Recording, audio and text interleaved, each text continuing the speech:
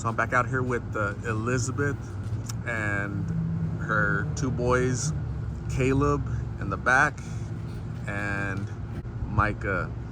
So I met you guys 7 days ago. You guys had been exited out of UMOM, and now I'm visiting you guys. You guys have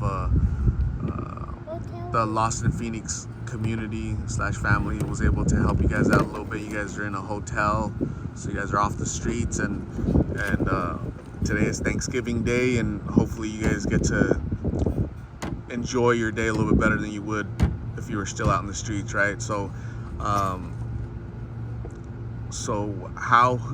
what type of help have you received since the first time I talked to you, Elizabeth?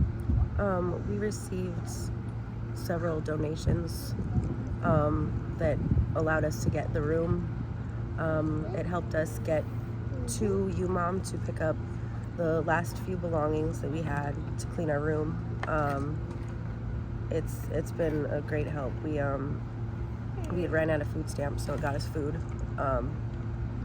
The boys got some sweaters and a few toys to keep them busy, so while they're on break. You guys got some toys? Yeah. Caleb, Micah? Yeah? And coloring books. Coloring books? Yeah. Crayons, huh? Yeah. You guys ready to eat turkey tonight? Yeah. Yeah. Awesome. And you were telling me a little bit about UMOM, your experience with UMOM. Some people were commenting that UMOM doesn't exit out people, or what's the thing with UMOM? How do they help people? UMOM, I agree. It can be a great program.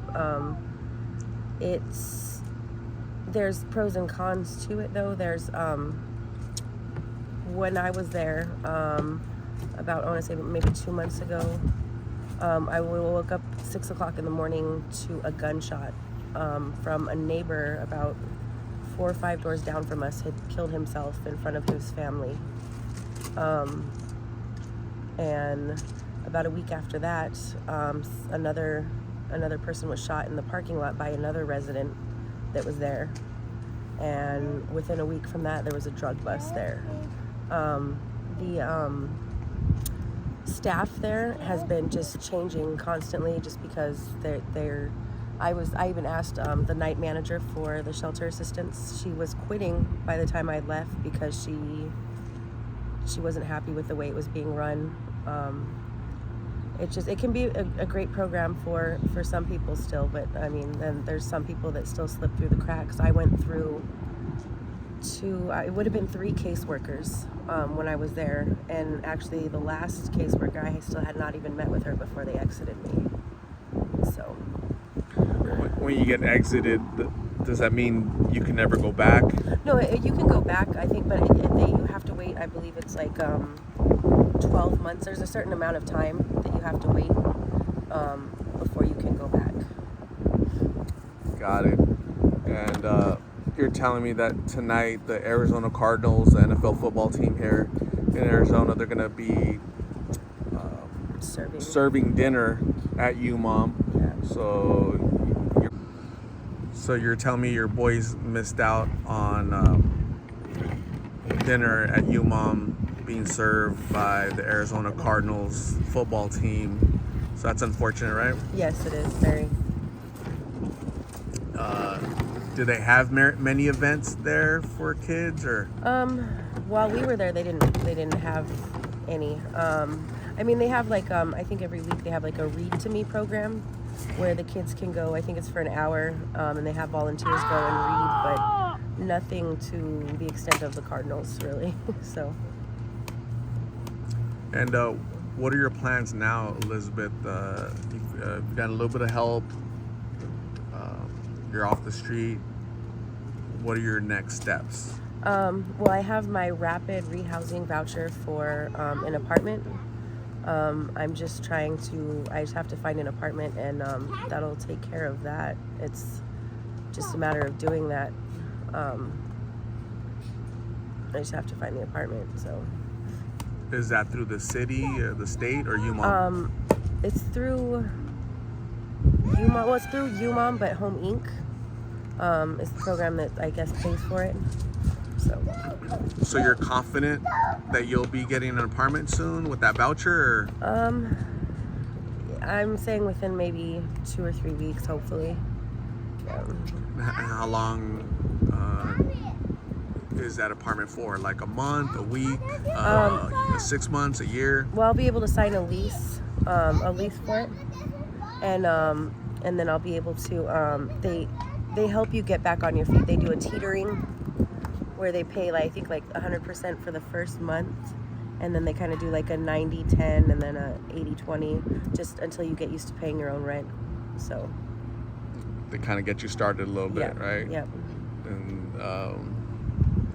do they have an expectation that you have to work, or?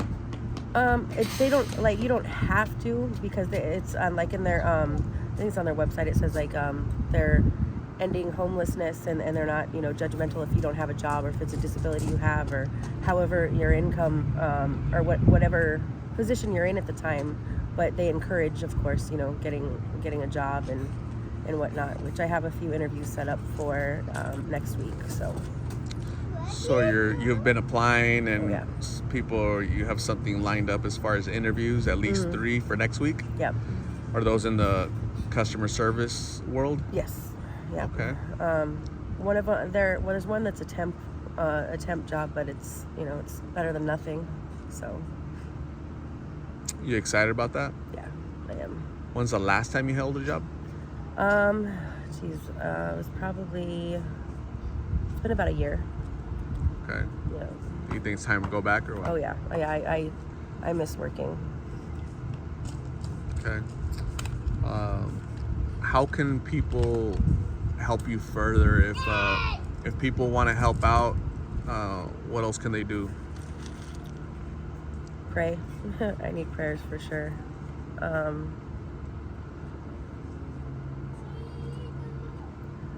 Honestly, hotel rooms is really what's going to help. I mean, because until we find a place, we don't have anywhere to go. So. Okay.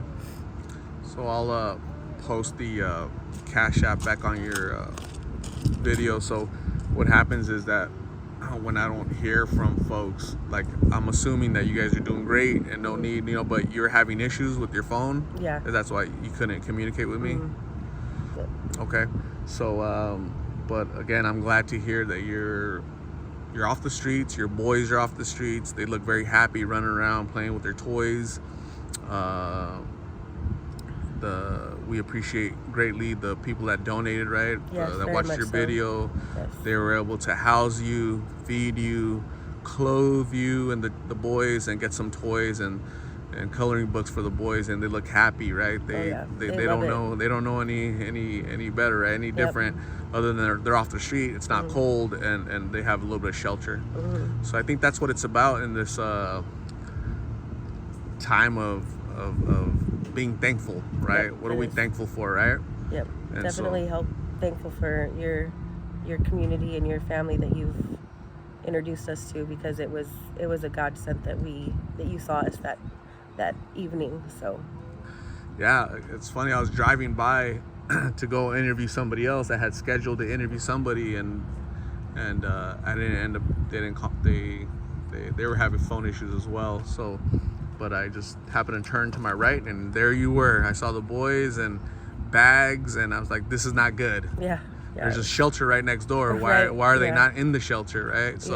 So I turned around, I parked, and I approached you, and thankfully you were receptive, right? You were okay with me approaching you and asking you, hey, have you ever heard of Lost in Phoenix? Can I help you? Can you tell your story so that people can try to help you, right? And so this was the goal right here, just to get you off the street, shelter, and just help your boys, and so that's been accomplished. But if people want to help you further, because you still don't have permanent housing, right? The hotels are more temporary, right? Correct. But you do need help. The boys need help. So if people want to help you, with the having you stay at a hotel for a little bit longer until you find an apartment, right, with that voucher. Yes. Right. We would all be grateful to have the boys off the street and just continue to have them happy, right? Yes, very much so. I'm gonna say thank you very much, Elizabeth, for giving us an update. Okay, a lot of people have been asking, how are the boys? How are the boys? How are the boys? And I can say that they're doing great. Again, they're running around, happy. You guys are gonna go eat and celebrate Thanksgiving with your uncle is bringing food. I'm happy. I'm just happy for you guys, okay? So I think we all have a lot to be thankful for this Thanksgiving season, right? Yes, we do. So Elizabeth, thank you very much, and we'll talk soon, okay? Thank you, everybody. Bye. Bye.